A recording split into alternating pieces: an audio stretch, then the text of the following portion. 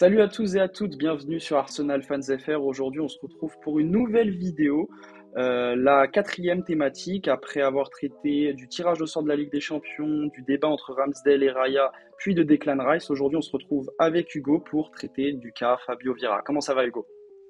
Ça va nickel et toi? Bah écoute, ça va très tranquille. Juste avant de commencer un petit peu nos arguments, nos explications, tout ça, je reviens sur une petite chose. On n'a pas pu faire le débrief du North London Derby dimanche dernier parce qu'on n'était tout simplement pas assez. On n'a pas pu se rendre disponible, donc on s'en excuse. Normalement, ce week-end, on sera là pour Manchester City, on sera là aussi. Je sais pas quand on sortira la vidéo, mais on sera là pour Brentford, Arsenal en Carabao Cup. Donc Ouais, voilà, ça c'est dit. Et donc, on va tout de suite passer à Fabio Vieira. Première petite question pour Hugo, là je le mets dans le bain direct. Au vas-y, moment dis-moi. où on l'a, au moment pardon, où on a recruté Fabio Vieira, qu'est-ce que toi t'en as pensé? Ouais.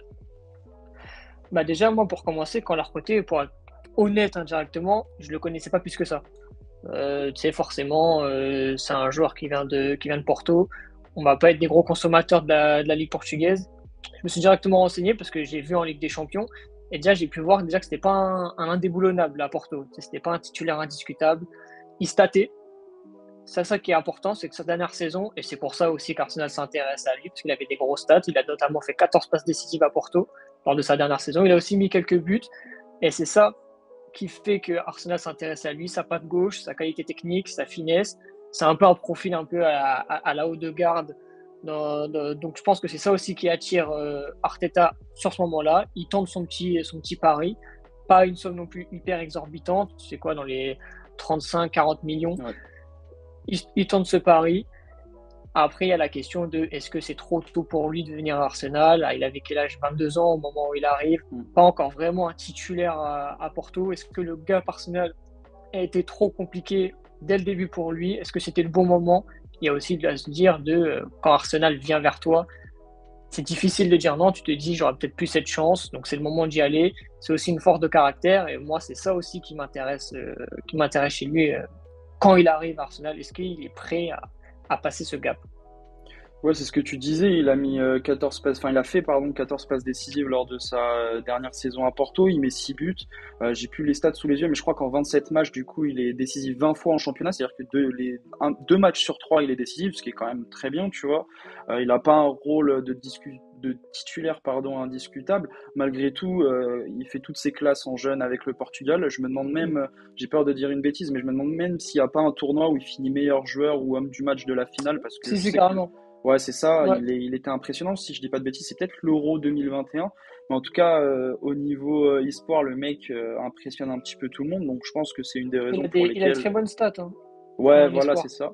c'est ça, en plus il a été forfait hein, pour l'Euro e-sport 2023, il était éligible, donc de ce point de vue-là, en tout cas, je pense que nationalement, les Portugais le connaissaient très bien.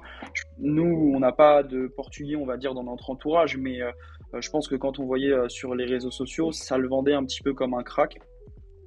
Sauf que la première saison est arrivée. Il arrive à un poste où Martin Odegaard est indéboulonnable, le capitaine même de l'effectif. Et là, on se dit, bon, peut-être qu'il peut jouer sur les côtés, peut-être qu'il peut jouer relayeur gauche, mais relayeur gauche, à ce moment-là, il y a aussi Granit Xhaka qui, lui, ne bouge pas de Mm. l'effectif. À droite, du coup, il y a Odegaard qui ne bouge pas de l'effectif. Et donc, si je dis pas de bêtises, il met un premier but très tôt dans la saison. Je ne sais plus contre Ouais, qui c'était. son premier match. Son premier match, il marque l'enroulé du gauche. D'ailleurs, il fait même dans l'ensemble un très bon match. Mis Ouais. à part même, il met ce but qui vient un peu participer à la fête. Et en gros, ça va mettre vraiment les points d'exclamation à son match, qui est d'ailleurs très abouti. Et directement, nous, on se dit, OK, là, on a recruté un crack. Et en doubleur de deux gars, enfin, ce sera plus qu'un remplaçant, on se dit à ce moment-là, qui va vraiment aider l'équipe. En sortie de banc, il peut être super intéressant pour sa patte gauche, sa qualité de passe, sa vision de jeu. On a tout de suite remarqué ça dans le match. On s'est dit, pour la rotation, en plus, c'est cool. On joue sur plusieurs tableaux. Et là, il va être super intéressant. Bon, il s'avère que la saison, au final, était plus compliquée que ça. Hmm. Mais en tout cas, dans un premier temps, sur le premier match qu'on a vu de Fabio Vieira, on a tous été très surpris et très contents de voir toute la panoplie technique qu'il pouvait nous proposer. Ouais, c'est ça, mais c'est après que finalement ça se complique un petit peu, c'est-à-dire que bon, il a un petit peu de temps de jeu avec l'Europa League, mais c'est compliqué d'en juger. Si je dis pas de bêtises, notre pool était pas exceptionnel. Il y avait Zurich, il y avait le PSV En qu'on retrouve cette année. PSV, ouais. Bon, bon, voilà, j'ai plus la dernière équipe, mais il est pas non plus transcendant. Il fait ses matchs, quoi. Et puis, au final, on se rend compte qu'à chaque fois qu'il rentre en jeu en cours de match, quoi, la saison dernière, ah, c'est pas ça, tu vois. Genre, on a vraiment du mal. Enfin, je pense que toi, c'est pareil que moi, hein, Hugo. De toute façon, on voit ses entrées et on se dit putain, bah, c'est chaud, quoi. Et au final, le mec a que seulement 2 titularisations, je crois, en première ligue En jusqu'en PL, ouais. février-mars. Donc là, on se dit bon, d'accord. Et puis il y a Arteta aussi lors d'une conférence de presse qui dit très clairement, bah, je ne sais pas comment l'utiliser. Il a des défauts. Défensivement, il a des lacunes. Il peut s'améliorer, mais il en a. C'est-à-dire que sa taille est un problème. Je remettrai sur la vidéo le petit passage de l'interview. Et donc, à ce moment-là, bon, Odegaard, qui réalise sa meilleure saison chez nous, très clairement, jusqu'à maintenant. Euh, Même en carrière.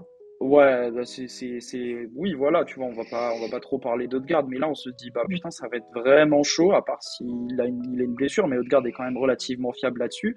Puis, sur la fin de saison dernière, j'ai peur de dire des bêtises, mais Vieira va avoir un peu plus de temps de jeu, va débuter peut-être un petit peu plus, mais la vérité, c'est que bah, c'est pas ce qu'on attend de lui. Et je pense que toi, comme moi, on commençait à perdre un petit peu patience, quoi.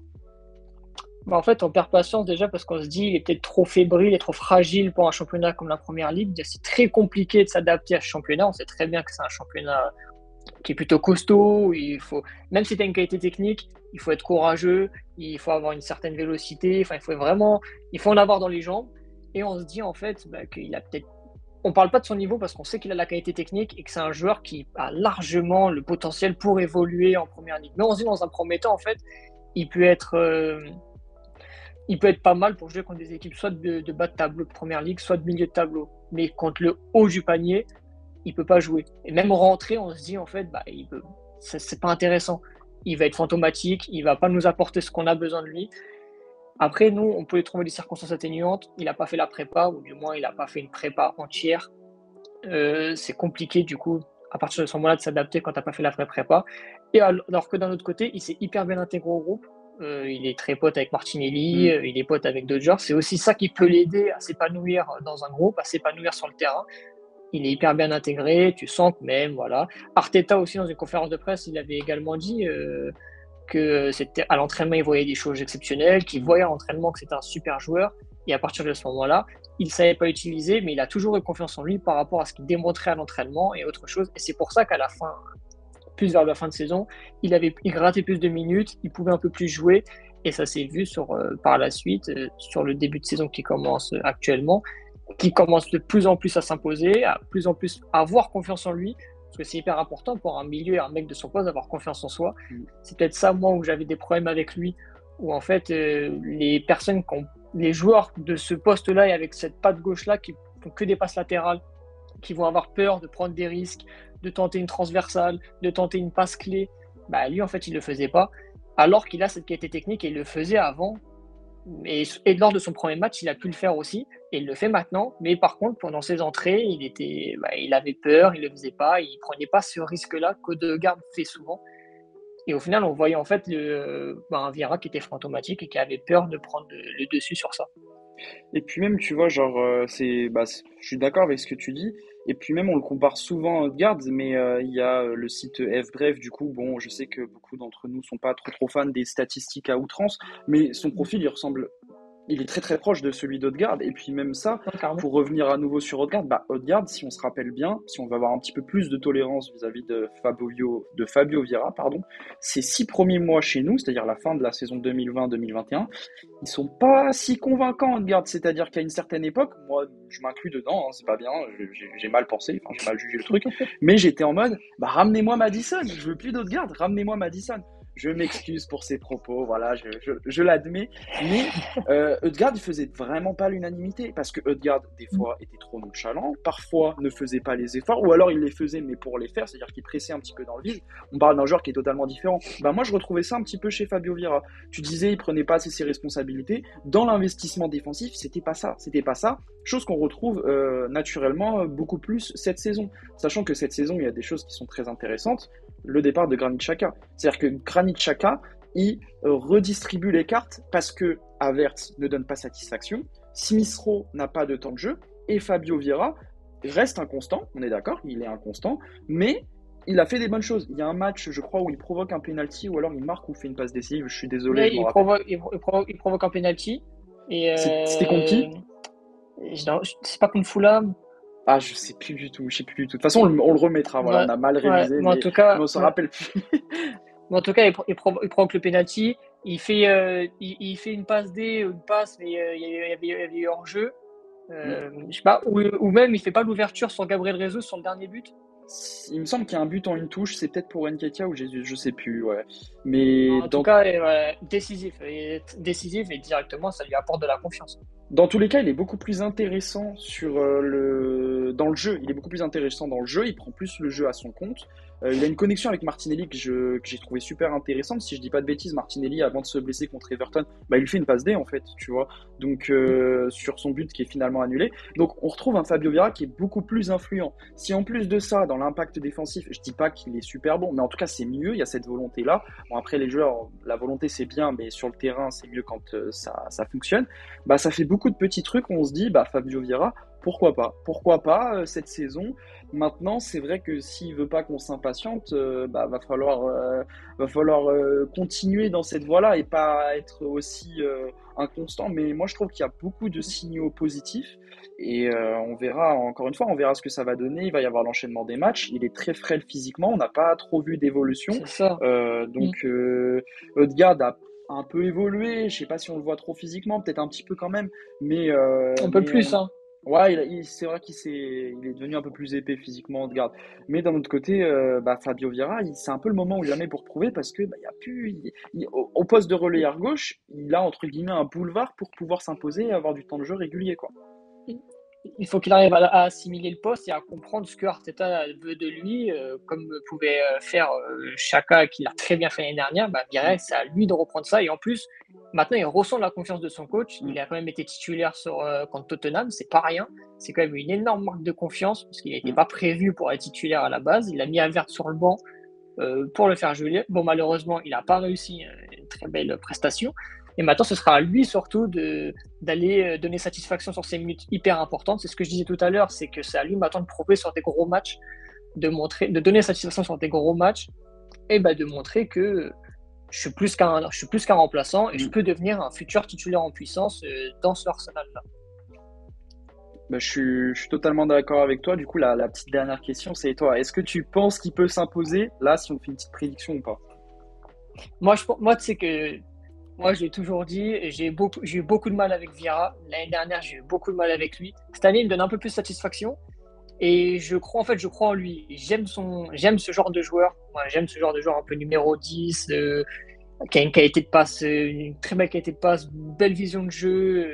J'aime ses pas de gauche. Donc moi, je vais croire en Fabio Vieira. J'espère qu'il va montrer satisfaction. Et le fait qu'il y ait plusieurs tableaux et qu'Arsenal se veut et se doit de jouer sur tous les tableaux, je crois en Vieira. Bah moi aussi j'ai envie d'y croire parce que tu vois, il bénéficie un peu de cette hécatombe de blessés, donc je me dis En bah plus, pourquoi pas, tu vois, le mec va peut-être avoir plus de responsabilités avec un effectif un petit peu plus jeune et bah j'ai envie d'y croire, tu vois, genre c'est pas trop rationnel mais je me dis bon, il y a la saison 1 qui est passée, toujours la plus compliquée en première ligue.